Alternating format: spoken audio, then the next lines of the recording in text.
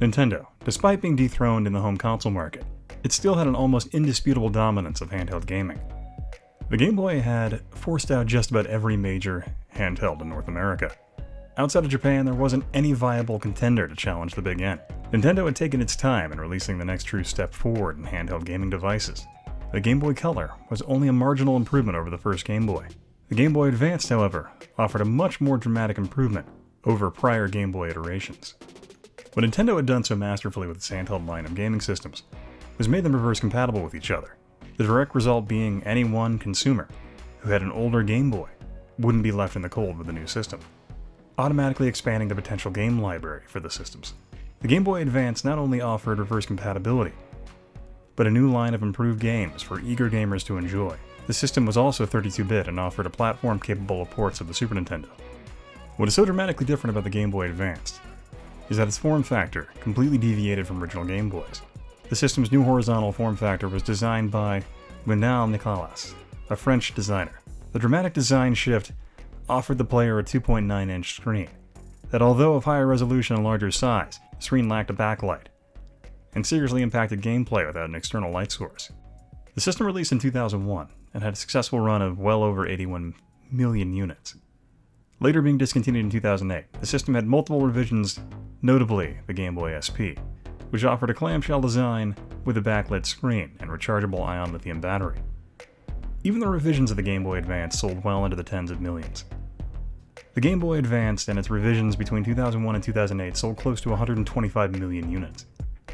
The only unit that didn't sell very well was the Game Boy Micro, which sold around 2.7 million units. The GBA offered players a unique new experience, where the unit could be hooked up directly with Nintendo's new flagship console at the time, the GameCube. The GameCube even had an expansion unit that allowed for GBA games to be played directly on the system, provided you purchased it.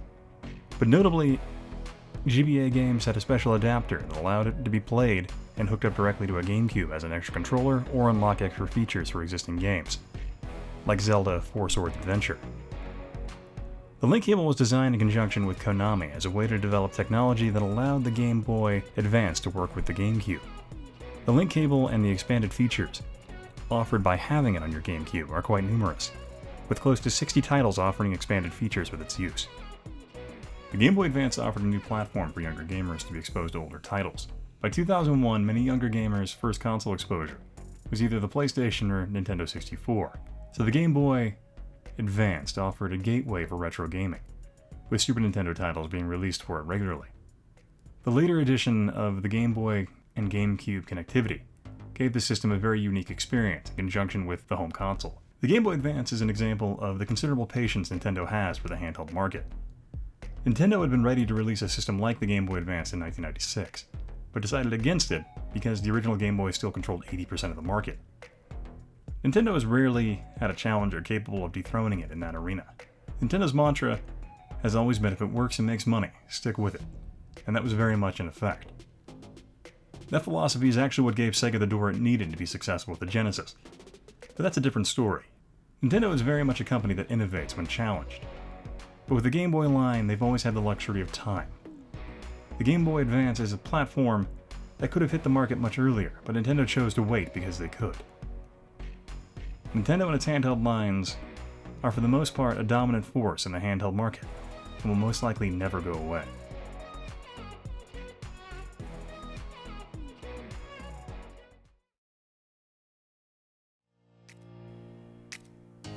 Thanks for watching Historicnerd. I hope you enjoyed this snippet series. If you're interested, I have other episodes that cover a lot of similar concepts like this. But just want to thank you for watching again, and I hope you have a wonderful day, evening, night, or whatever you're doing. Bye.